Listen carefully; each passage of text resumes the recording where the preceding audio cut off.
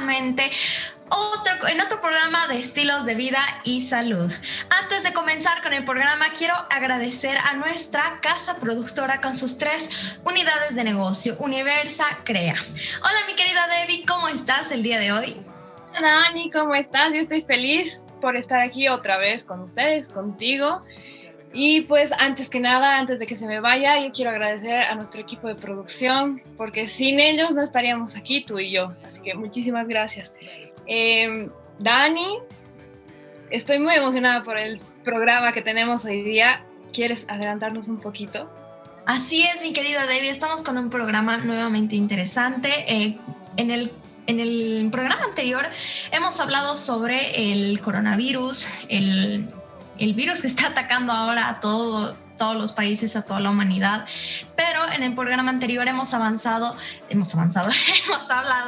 sobre lo que era el coronavirus antes de, o sea, cómo se genera, qué es el coronavirus. Ahora vamos a hablar del coronavirus ya teniendo el coronavirus, digamos, una persona que ya tiene el coronavirus, cómo lo afronta, qué cosas cómo puede llegar a contagiar a otra persona, un montón de cosas. Así es, ¿verdad, mi querida Debbie?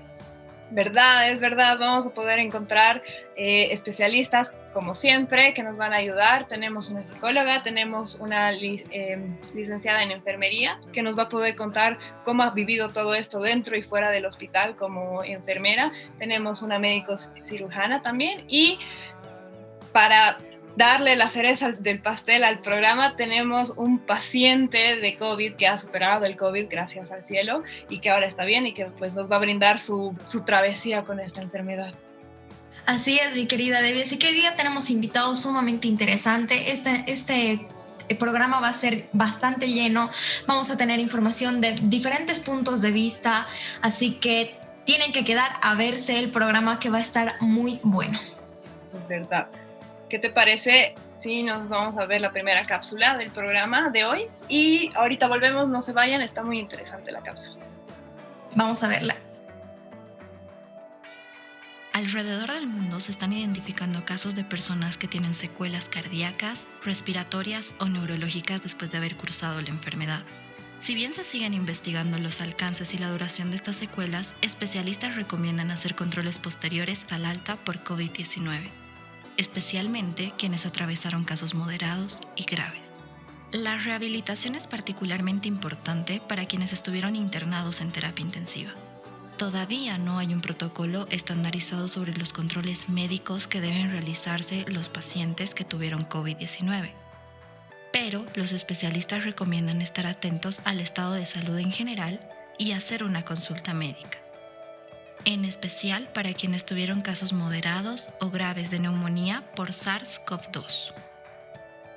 Y pues ahí tuvimos la cápsula. Realmente creo que yo me quedo con la idea de que si bien muchas personas han pasado esta enfermedad como con un resfrío más, es un proceso que tenemos que tener en cuenta, que no es fácil y que hay que acatarlo tal cual lo dice el doctor, porque no es una enfermedad de la cual nos podamos reír fácilmente. Nos tienen pandemia por un año y ya.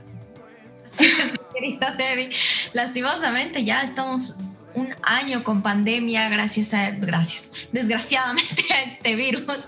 Así que es una cápsula, como dices, muy interesante, que no hay que tomárselo a chiste, porque hemos visto que este virus va evolucionando también, está evolucionando, entonces tenemos que tener medidas preventivas, tenemos que seguir cuidándonos, y por eso nuevamente mencionar a los especialistas que están el día de hoy, ¿verdad, mi querida Debbie? Tenemos a la doctora, como dijo Debbie, cirujana Gilda Evelyn, y a la licenciada Lisbeth Villarroel, que ellas también nos van a estar hablando acerca desde este punto de vista en sus áreas de esto del coronavirus, ¿verdad, Debbie?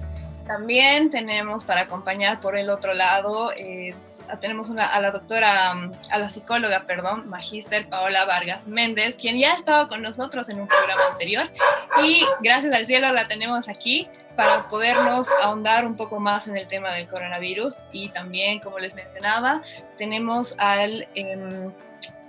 Ricardo, paciente de COVID, ex-paciente de COVID, que nos va a dar un poco más nos va a hacer conocer un poco más sobre su proceso, sobre su sanación, sobre los procedimientos que lo tuvieron que a los que los tuvieron que someter. Entonces, agradecemos mucho la presencia de estos 4 invitados sumamente especiales y antes de empezar con las entrevistas nos vamos a ir a un corto.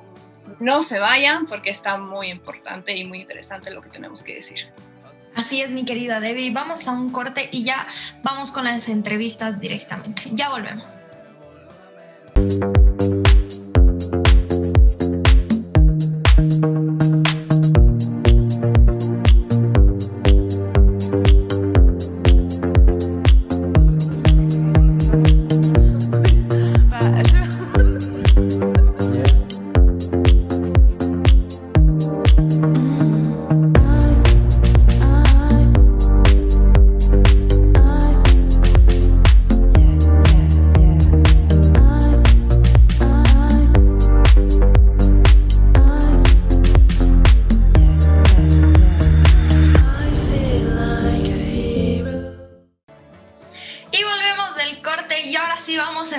Con las entrevistas, vamos de una vez de lleno con este programa, con las entrevistas que tenemos, y por el momento, por la primera invitada vamos a tener a la doctora Gilda Evelyn Lasarte Salinas.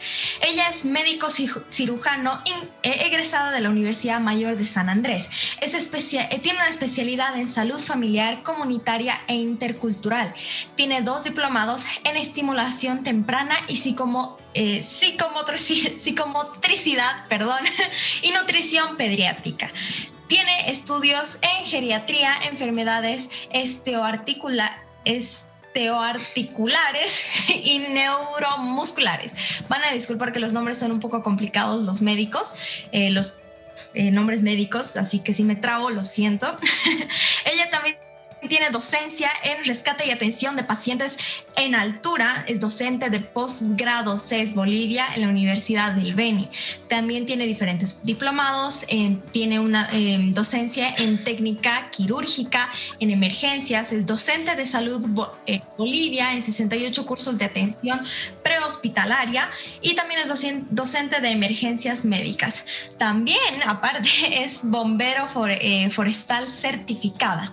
En su experiencia laboral es realmente amplio, tiene proyectos del Ministerio de Salud, jefatura de equipos móviles SAFSI, médico bono, ha sido médico de bono de Juana Zurduy, es médico responsable municipal del desarrollo infantil temprano, médico bombero en San Javier de Chiquitanía en los incendios forestales, médico de transporte UTI y de emergencias en el hospital de Eduardo Eguía Tupiza, médico de atención y consulta externa de emergencias del Centro Médico Señor de Mayo, responsable de triaje para COVID Hospital Municipal Segundo Nivel Viacha, médico COVID Hospital Militar Central de La Paz y dirección Centro Médico de Mayo Viacha, médico de COVID para internaciones Hospital Militar Regional Cochabamba.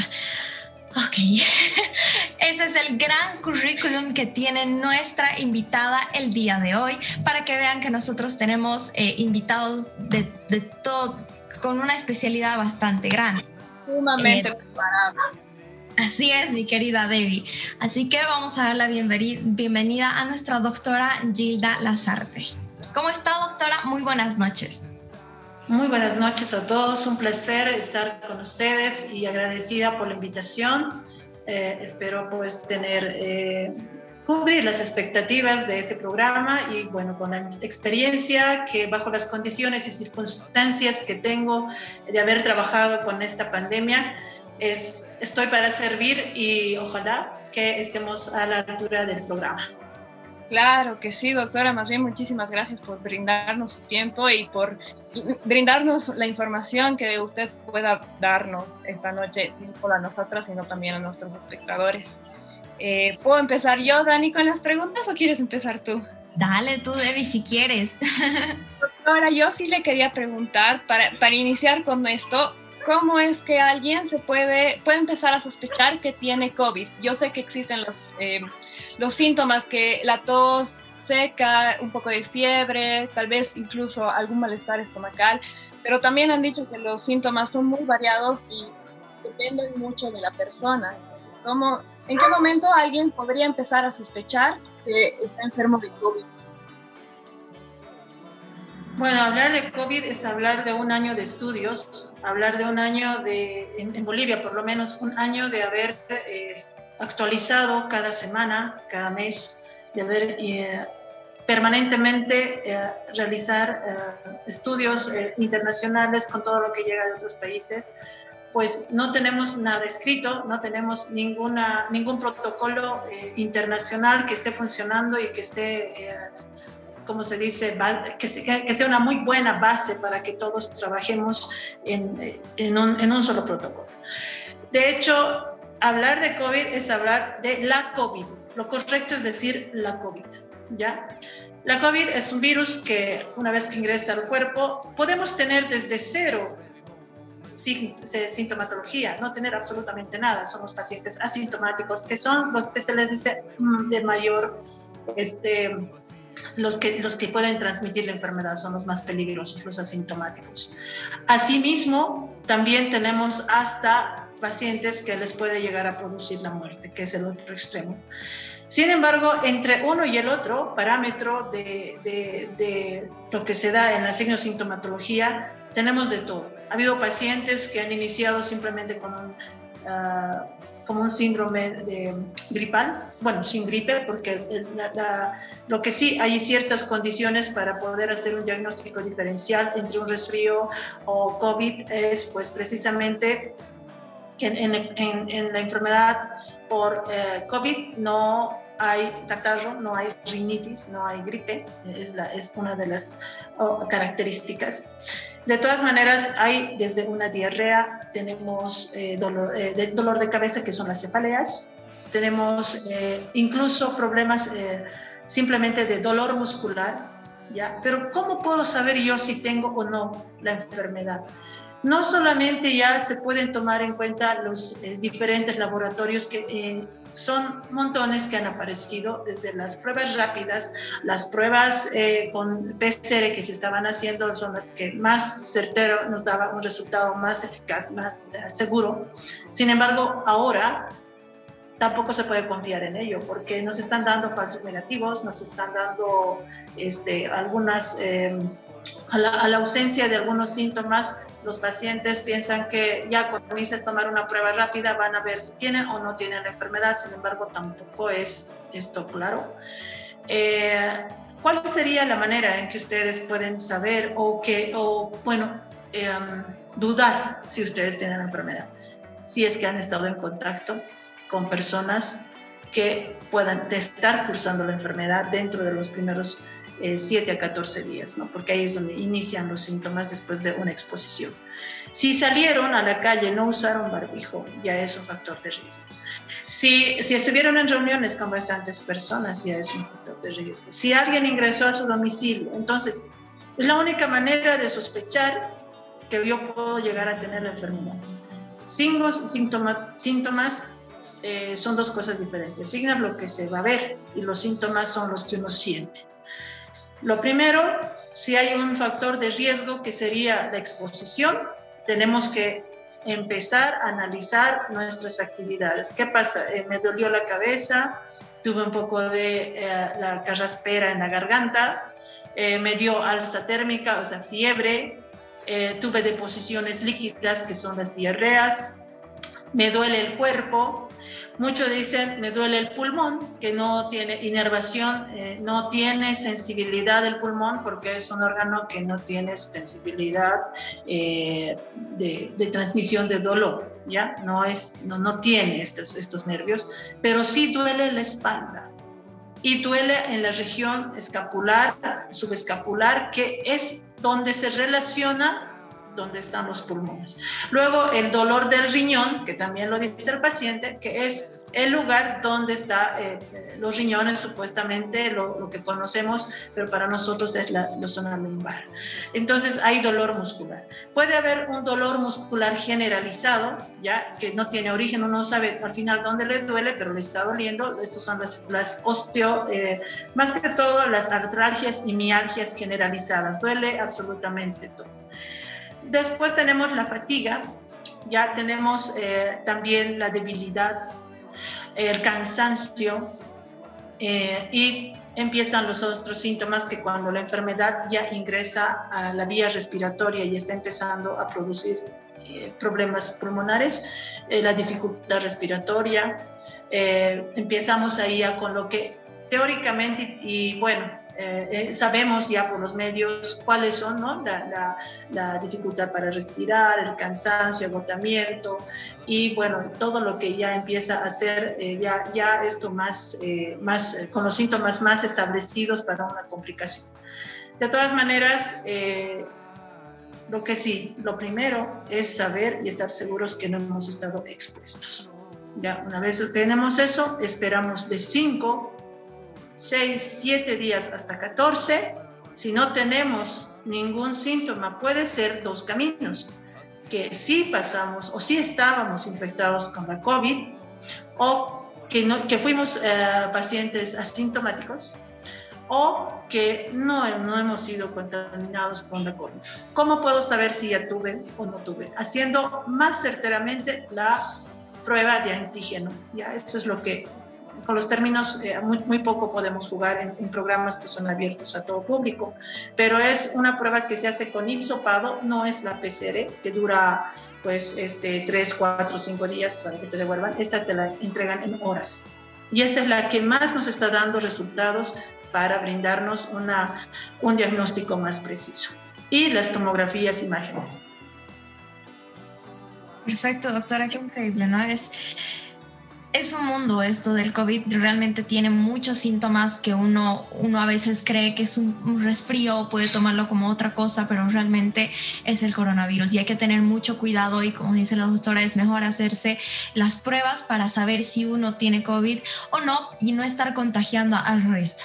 Doctora, y cuando uno ya tiene COVID, ¿cuáles son las medidas que ya debe tomar? Uno tiene que estar aislado y si va a salir por alguna emergencia, ¿cómo debe salir?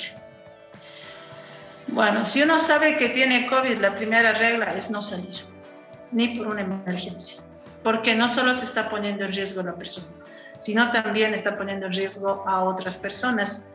Ya lo que sucede cuando no me pasa nada es voy hasta la esquina a comprar el pan, pero al transmitir por las superficies, por ciertos barbijos que hasta se están utilizando, si esa persona tiene la COVID es porque no se cuidó y no sabe cuidarse. Y si sale a la calle, no va a saber cuidar a otra persona si ni siquiera se ha podido cuidar a sí mismo. Entonces, la primera condicionante es, primero, no salir.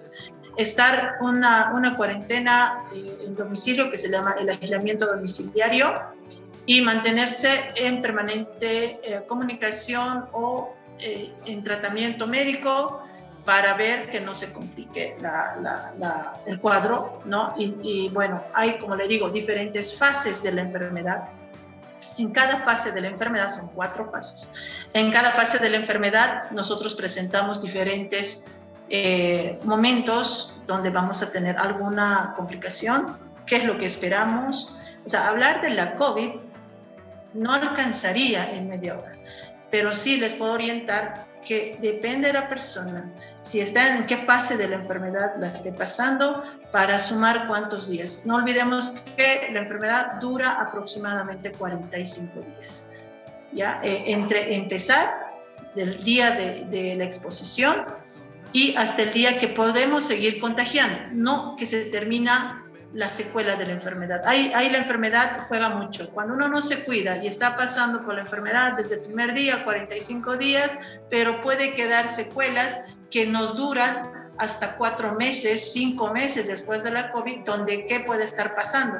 Se puede estar cayendo el cabello, puede seguir sintiendo dolor en diferentes partes del cuerpo, sobre todo la espalda, el pecho, ese dolor en la región del pecho que muchos lo marcan como principal porque hace sentir que precisamente nos están apretando tanto que no podemos respirar. Entonces es una molestia muy fuerte y eso puede permanecer incluso meses después de haber pasado la enfermedad.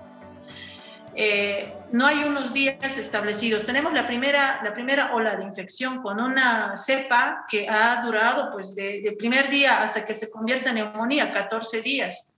Pero hemos tenido una segunda ola que fue en enero, diciembre, finales de diciembre hasta enero, donde la enfermedad ha durado 7 días para convertirse en neumonía. En 4 días ya teníamos complicados los pacientes. El área en el que yo trabajo no es de consulta externa, no es donde captamos pacientes a ver si tienen COVID o, bueno, puede irse con un tratamiento domiciliario. Mi trabajo es uno de los más difíciles, es el que se encarga de los pacientes críticos de neumonía por COVID, no solamente de COVID, sino neumonía de moderada a grave por COVID.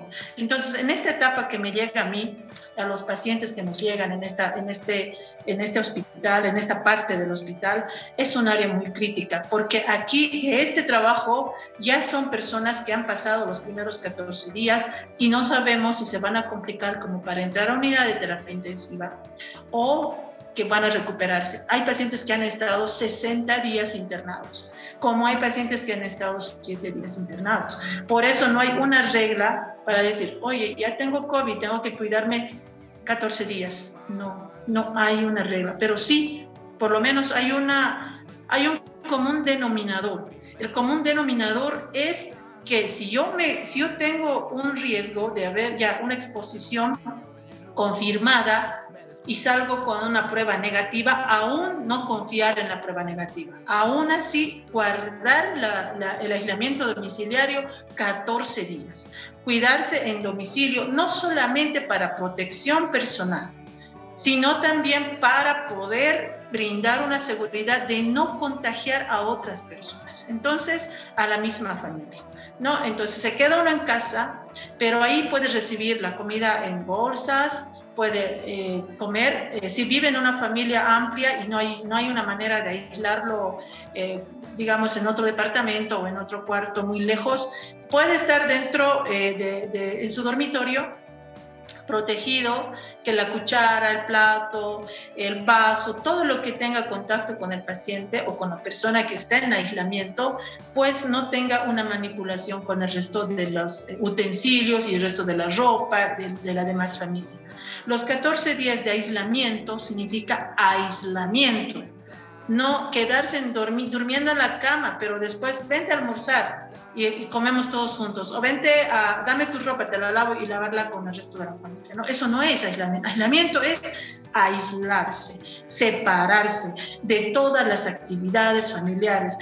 Tengo pacientes que salen y tienen que aislarse 14 días en su casa, todavía después de haber sido negativos COVID. ¿Por qué? Porque no podemos nosotros darnos el lujo de pensar que la regla está establecida y que, bueno, ya está negativo COVID, puede irse a su casa y haga su actividad. Todavía lo estamos cuidando a su familia 14 días. Y también al paciente, porque no nos olvidemos que una vez que nosotros tenemos inmunidad cuando ya tenemos la enfermedad, nos brinda una inmunidad, pues no estamos seguros que la nueva cepa no nos va a contagiar. Entonces, aún así, nosotros tenemos que cuidarnos esos 14 días de no volvernos a contagiar, de que no haya visitas. Oh, tú estabas en el hospital, querido hermano, y aquí estamos los 20 sobrinos y queremos visitarte a casa. No se puede hacer. No se puede hacer porque estamos ahí rompiendo el aislamiento. Ahora, si yo tengo COVID y no sé si estoy enfermo porque mi resultado salió negativo, espero los 14 días en mi casa, aislado, protegido, no tengo síntomas, salgo de mi aislamiento, hago la prueba de nuevo, la prueba rápida ya va a funcionar ahí en esa fase de los 14 días, ya funciona. Si sale negativo, bueno, estuvo negativo, no tiene COVID, pero se cuidó.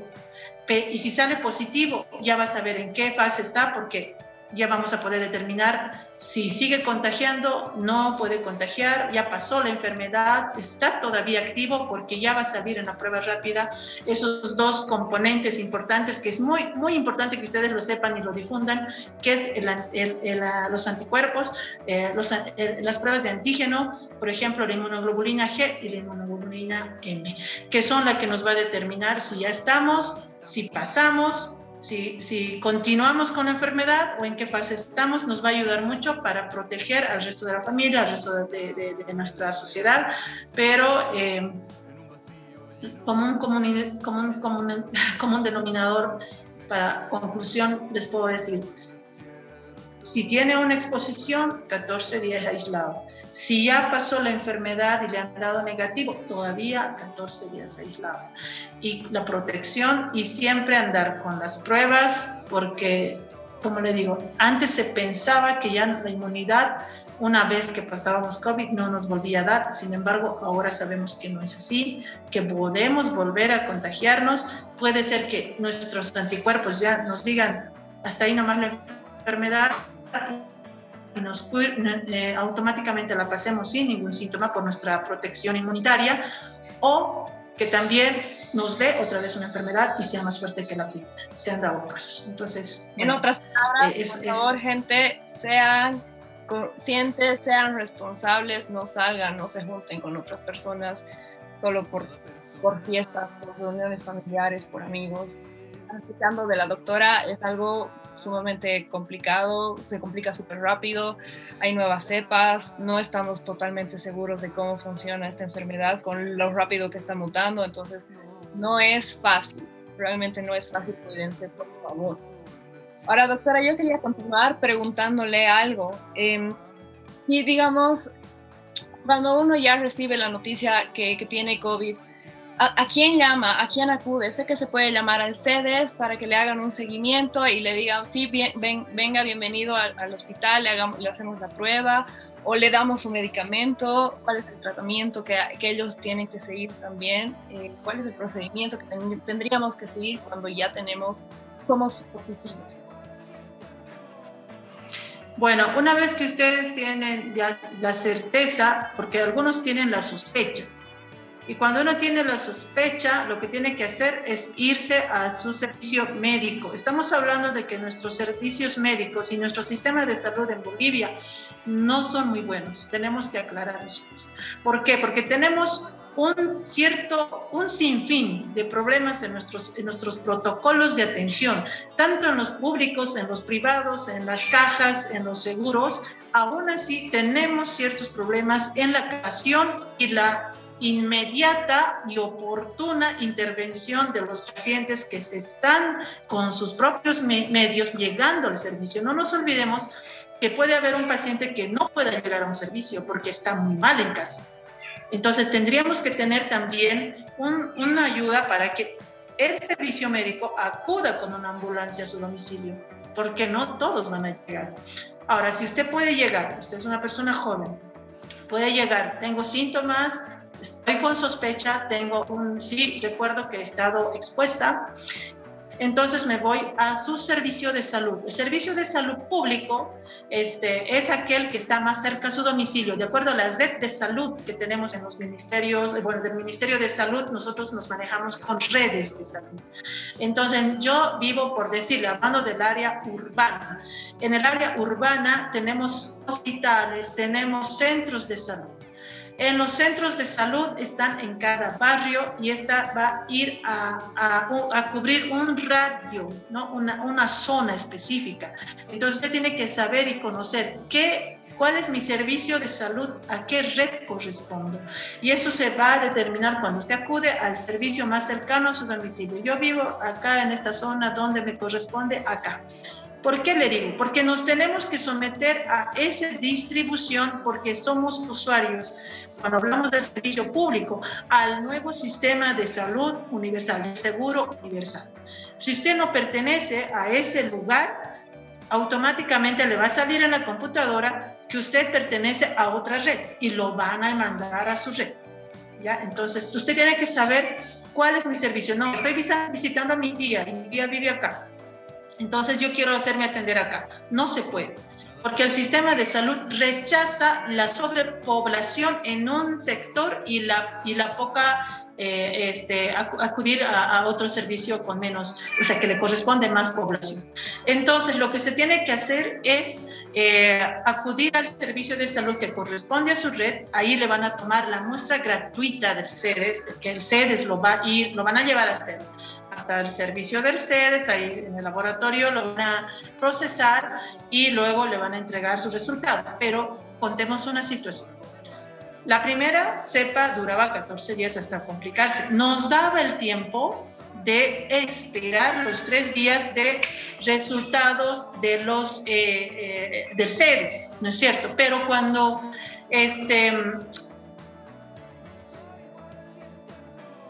Muy bueno, mi querida Debbie, hemos tenido un problema con la conexión de la doctora, ¿verdad? ¿Verdad? Y tan interesante que estaba la intervención de la doctora. Realmente creo que subestimamos esta enfermedad.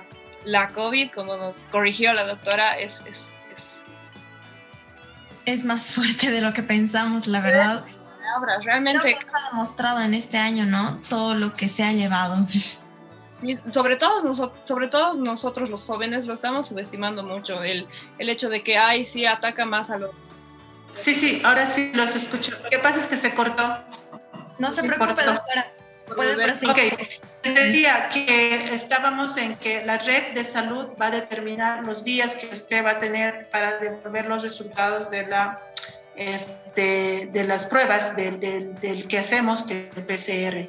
Pero en la nueva cepa nos da menos tiempo. Cuando usted lo va a recoger su muestra, ya ha pasado más días de la enfermedad, evolucionando la enfermedad, porque para cuando usted va tiene menos síntomas y por tanto le van a dar paracetamol, le van a dar un antibiótico y le van a dar algunos antiinflamatorios e incluso algunos antigripales. Sin embargo, esto cuando usted va y va a recoger sus estudios ya para saber si tiene o no la enfermedad, ya han transcurrido más días y ya se puede complicar el cuadro. Por tanto, lo que tenemos que hacer es conocer antes de estar enfermos cuál es nuestra red de salud, ir a este servicio y acudir en cuanto tenga la sospecha, no esperar que ya no puedo, es que la tos ya me está matando, es que la fiebre no me está pasando, y no esperen al cuadro complicado, sino en cuanto usted tiene la sospecha, le avisaron que su tía tiene COVID y usted la visitó hace unos 5 días, pues ya con la sospecha suficiente acude al servicio. Acude al servicio porque hasta que pasen los días usted va a poder, damos tiempo ahí a que en cuanto le devuelvan la información del CEDES va a tener ya un tratamiento adecuado. Cuando está perteneciendo a un seguro, usted ya sabe cuál es su seguro, ya sabe cuál es en cada seguro es diferente. Lo que hacemos en donde trabajo es acudir a la consulta externa específica de COVID, ahí le hacen la prueba. Cuando ya tiene una alta sospecha y un riesgo mayor, como es un seguro, tenemos la facilidad de pedir no solamente a la PCR, podemos solicitar el antígeno con hisopado nasal o inmediatamente una tomografía, que es ya buscar ya una complicación pulmonar. Entonces, dependiendo de cuál sea su servicio, lo primero que tiene que hacer es conocer su servicio. ¿A qué respondo? ¿Tengo seguro? ¿No tengo seguro? Si no tengo seguro, ¿cuál es mi servicio más cercano que corresponda a la red para que no me estén rechazando y vuelva mañana y vaya a otro, ¿no? Una vez que usted tiene ya las pruebas, le van a dar un tratamiento. Lo que sí les puedo decir, hablando de estos protocolos genéricos que hemos realizado como redes de salud en el ministerio, y tenemos protocolos en el ministerio, pues no todo es cierto. Ya hay que tener mucho cuidado antes de tomar. Cuidado, vayan. Creo que mi tía tiene COVID y yo creo que la tengo. Entonces vamos a la farmacia y nos compramos absolutamente todo lo que decía en las redes, lo que decían en cualquier información que tenemos en la televisión, en la radio, la abuela, el mercado, o sea, las vecinas, ¿no? Y empiezan a atacarse al cuerpo con diferentes medicamentos, que es un error garrafal porque la enfermedad no es bacteriana, es viral. Por tanto, no podemos estar, ya me tomé acitromicina, ya me tomé levofloxacina, no, ya me tomé claritromicina, por si acaso me he tomado doble porque cuidado me dé más fuerte. Y luego empiezan, y también me han dicho que es bueno el dióxido de cloro y también es bueno que me den la ivermectina, o sea, y cuando llega el paciente a nuestro hospital ya ha tomado absolutamente todo. Entonces el error es empezar directamente a la automedicación. Vayan, si hay sospecha, primero estar con la certeza de si tienen la enfermedad. Justamente lo que está diciendo la doctora es muy real. Por favor, escuchen, no sean tercos, vayan al hospital.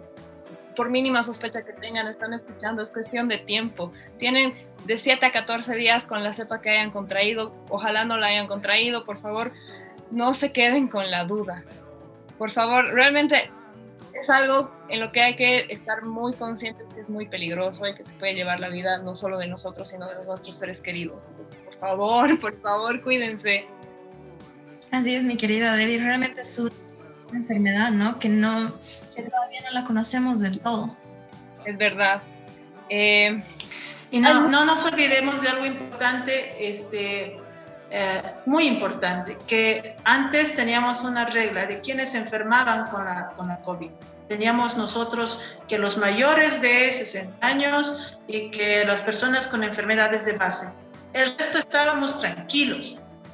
En la segunda ya empezaron no solamente con estas enfermedades de base, ya había más personas con menor edad y sin problemas de base. En esta nueva, que es la cepa, la P1, que es la variante de la COVID, que es brasilera, que es la misma que estuvo en África, ¿ya? Esta variante está atacando a los jóvenes, la edad 18 a 45 años. Es verdad. Hombres y mujeres saludables. De la enfermedad. Ya. Hay mucho más por lo que hablar, hay muchos otros especialistas que nos van a venir a ilustrar en esta área, pero antes de eso, muchísimas gracias, doctora, por darnos este espacio. No se vaya, por favor, vamos a continuar con usted más tarde, pero nos vamos a ir un pequeño corte, y ahorita volvemos. Así es, mi querida Debbie, ya vamos a un corte y volvemos con más.